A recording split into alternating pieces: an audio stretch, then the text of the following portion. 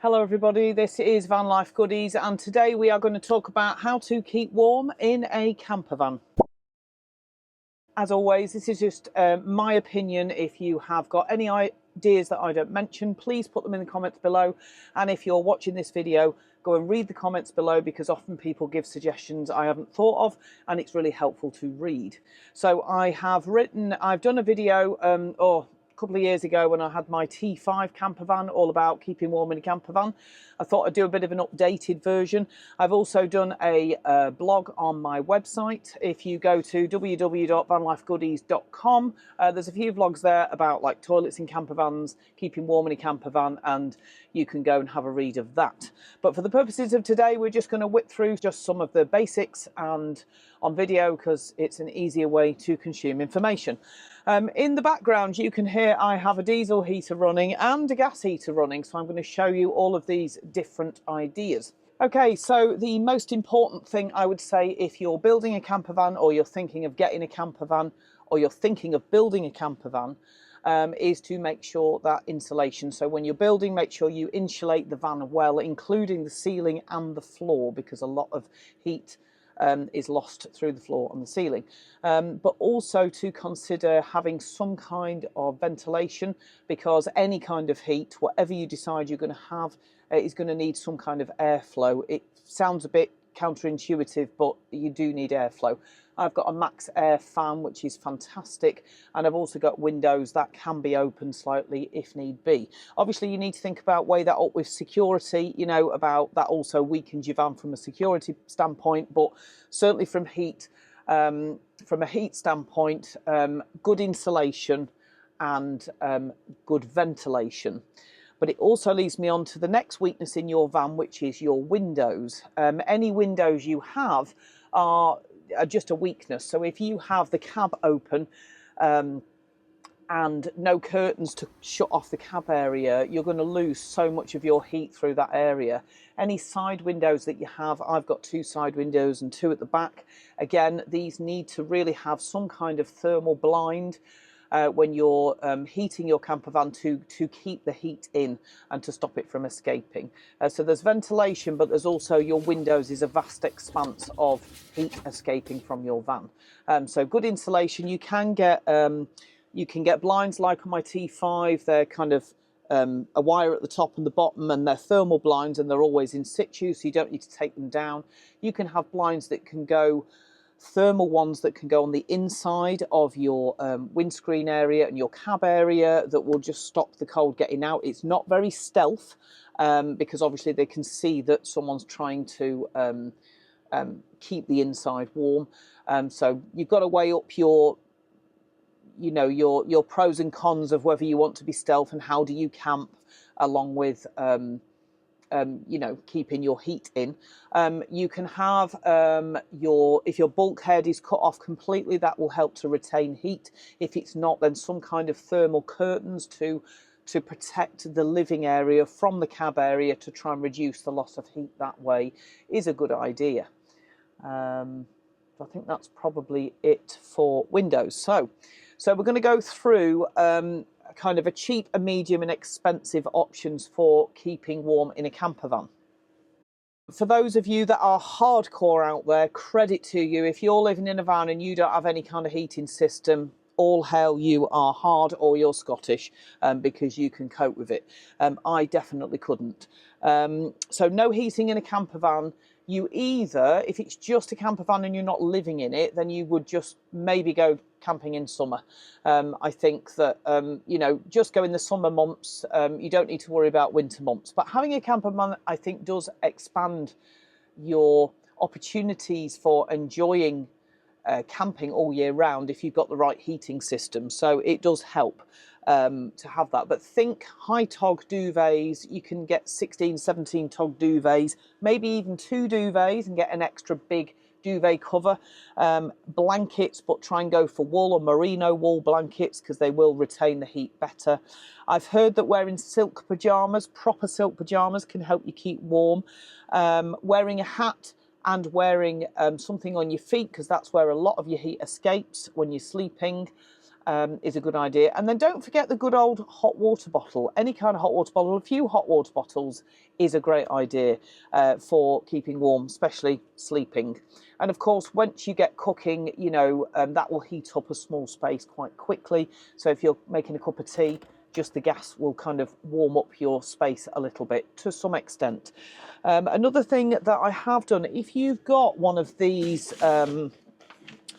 power banks, there's all sorts of different ones. I've got an Affairi and I've also got a mini all powers one. Even the mini one would power an electric blanket. So I've got a USB powered electric blanket, so it doesn't take as much power. And instead of putting it on top of your bed, actually have it inside the bed with you, with your little power station in the corner, plug it in, and then you've literally got like a hot water bottle right the way through the night. It's not going to go cold at all. That's a really good top tip.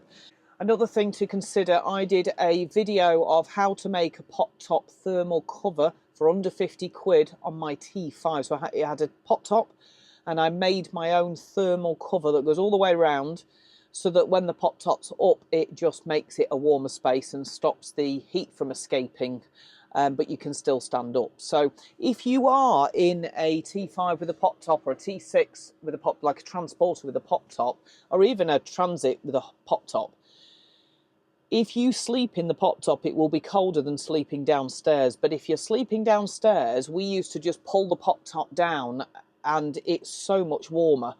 So obviously when you stood up, or if there's a child up there, you might have the pot top cover round. But just general sleeping in winter, when it was just me and Dave, we'd sleep downstairs and we'd pull the pot top down for sleeping and it would just be absolutely fine. In fact, almost too hot at times and it'd be snowing outside. So you really can keep it warm enough, you know, with the pot top down. It does help to retain the heat within the van.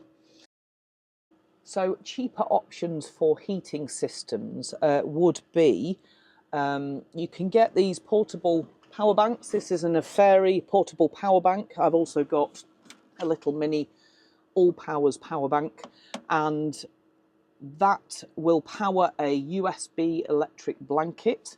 This one would probably power just a normal 3-pin plug electric blanket, and the bigger one will also possibly power like an electric heater, but it won't do it for long, so you can't really rely on that. These power banks are great because they can be charged up by plugging into your cigarette lighter when you're driving along.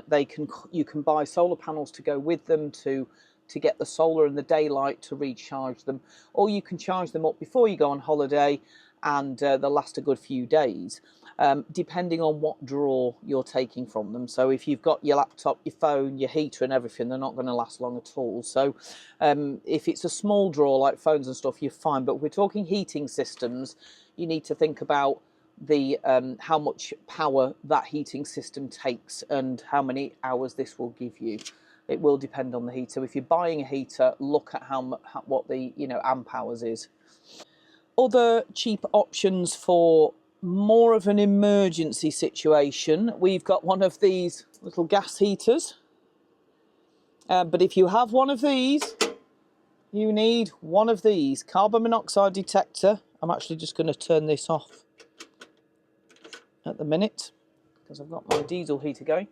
If you have any kind of gas in your camper van, you must have a carbon monoxide detector. So even your 2-ring gas burner that you cook on, you must have one of these for safety, because you could end up dead and it's really not worth that. But these little gas heaters, they're not really designed for inside. They're an emergency only. We use this for an emergency only, and we would not dream of sleeping with this running. It is just while we're awake as a quick blast of heat. For us, it's just because we're waiting for our battery to be changed. Our diesel heater is bob on now. We just haven't got a battery that can cope for a long time with it. But I'll talk about diesel heaters in a minute. So little portable gas heaters, but again, please be very careful. You must think of safety first. Another cheaper option, so your diesel heater, I'm going to put it in layman's terms. So a diesel heater is basically a heater that takes the diesel from either your tank in your camper van, your normal diesel fuel tank, it has like something that goes into the tank, or a separate tank that might be somewhere maybe in the boot in your van that you fill up at a fuel station. And it takes the diesel, it takes a bit of electric from some kind of power or leisure battery to get a fan going, and it uses that to then pump out heat. Now there's different types.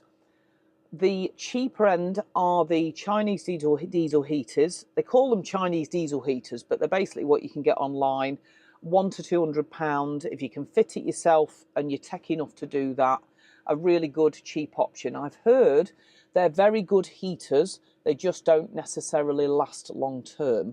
Tell me your thoughts in the comments. Be polite, because everyone will have different experiences, but go and look at the comments, see what other people say. I've also heard of a few people about the Autoderm diesel heater, which would be the next step up, which is a much more reliable heater, but again, not at huge cost, a much more reasonable cost. And they're supposed to be much more reliable. And I've heard good things about those as well. So diesel heaters, the great thing about diesel heaters is with some of them, you can set them to a temperature and it will just keep kicking in and out to keep the ambient temperature of the van.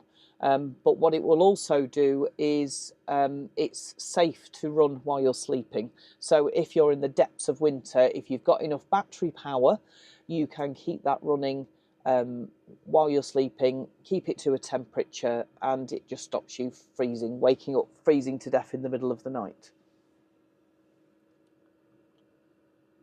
Of course, the other option is if you are staying on campsites. Now, a lot of people don't like to use campsites, they prefer to wild camp. But even in winter, campsites, if you can find one that's open, are a great option because they have electric hookup. So if you're using electric hookup, it makes no sense to use your diesel in your tank. You're paying for electric hookup, so you might as well have a little air heater, electric heater, fan heater, something small that can stay in the back of your camper van that you just plug in while you're on the campsite using their electric, and that just makes perfect sense. So if you're on hookup, use what you're paying for.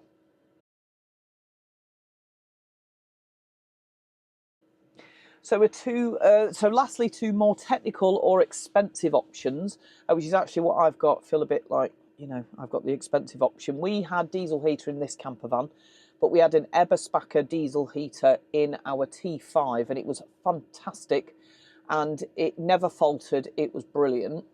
So we've had just recently an Eberspacher fitted into this Crafter camper van, partly because we had a few issues with the diesel heater. It turned out to be a tiny little bit of rubber, and we've given them away to someone and they're using it, and that's great. So they will work fine, but they might not work kind of long term. So we wanted something that we can rely on, and we have no issues, and we've had the Eberspacher diesel heated fitted, which is supposed to be the creme de la creme of diesel heaters. Very well built. They'll last a long time if you look after them.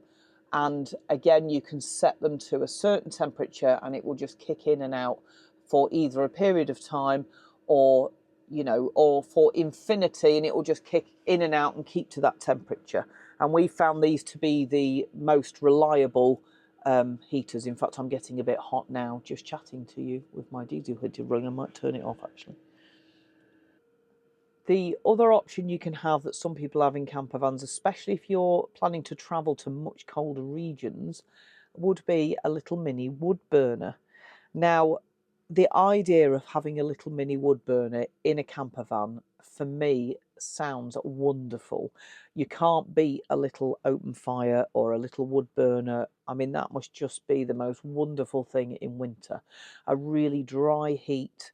It'll dry everything out. You'd probably be too hot. It wouldn't take much. They're tiny little heaters, so they don't take much, many twigs to get them going. Little bit of coal, job done. You can cook on the top of some of them, but there are a few things to consider when you're building one. If you have one, you have to have a chimney going up out of your roof so that, so if you're stealth and you've got your wood burner going, people are going to know you've got a fire in the back of the camper van. So it depends where you're camping. If you're in the middle of nowhere and it's freezing cold, it won't matter. But if you camp in a city, you couldn't really have that going. That would, you know, likely cause a problem to people around you. The second thing is they need to be built correctly, because obviously you can't mess with fire. So they have to be built with special fireproof surround and fireproof underneath. So you need to really take some good advice about how best to build it in your van and where to build it. So I've had a few people that I've asked that have had it built near the door, and they've said that what they find is with a wood burner, you're either freezing cold because your wood burner's not going, or you're roasting hot because it's pumping out loads of heat. There's no kind of happy medium. They're very hard to control the temperature and just keep it at an ambient temperature. So the guys that had it, or the people I know that I've spoken to that have built them near the door, have found they've had to crack open the door a little bit because it's so hot. And then if it's raining outside, it starts to rust the wood burner. So just little things to think about. I've seen others where they're placed within the van. And I think if you've got a big enough fan, it would be lovely if it's built very carefully. But I think if you are going to have a wood burner, really think about where you're going to place it, and maybe having a second option. So I reckon that the ideal would be a wood burner and a diesel heater. So if you're in a city, or if you're somewhere where you just want to get in and turn it on, you don't want the faff of a wood burner, you can just turn your diesel heater on. But on those cold winter days where you just want to snuggle up and stare at a fire, you've got your little wood burner. I mean, that is just the best, isn't it? So I kind of feel like if you want the best of everything, that would be a mini wood burner and a diesel heater. Also, I think you can probably dry your clothes carefully near a wood burner, because we've got a wood burner at home and anything near it is dry in no time because they are so hot. So that's the other options.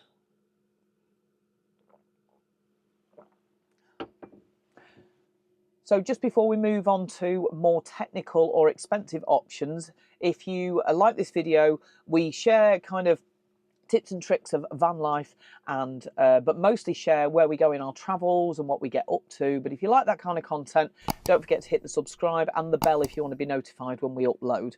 But if not, that's fine. If you're just watching the video, that's fine, and welcome, and thank you for watching. So moving on to the next bit. So I think on the whole, that covers. If you are watching the pennies, think about your windows, your insulation, think about, you know, a hot drink, doing a bit of exercise, going for a walk so when you come back it's a bit warmer, and hot water bottles, heated blankets, good duvets, minus sleeping bags that are designed for outside living. For medium options, think about Chinese diesel heater, autoderm, mini gas heaters, or using hookup and just getting a cheap fan heater, especially in the winter months, so that you can still get away but have a certain level of comfort. And if money isn't an option, or technical things are not an option, then an Eberspacher diesel heater or a wood burning stove must be just the warmest option around. So as always, thanks for watching. Don't forget to go and check out my blog on the website vanlifegoodies.com, and please put in the comments below anything that you think I've missed or anything that you'd like to add so that other people can benefit from it. And I hope you found that helpful, and I really hope you can get out in your camper van and enjoy the winter months when there's less people about and everywhere's beautiful with snow and ice, and there's nothing like waking up in a cosy little camper van and looking out to all of the beautiful scenery that there is in winter. So keep warm, everyone. Spring will be here soon. Keep going. Get out in your camper van in those winter months that are very depressing and there's not a lot else going on. But, you know, just do it anyway.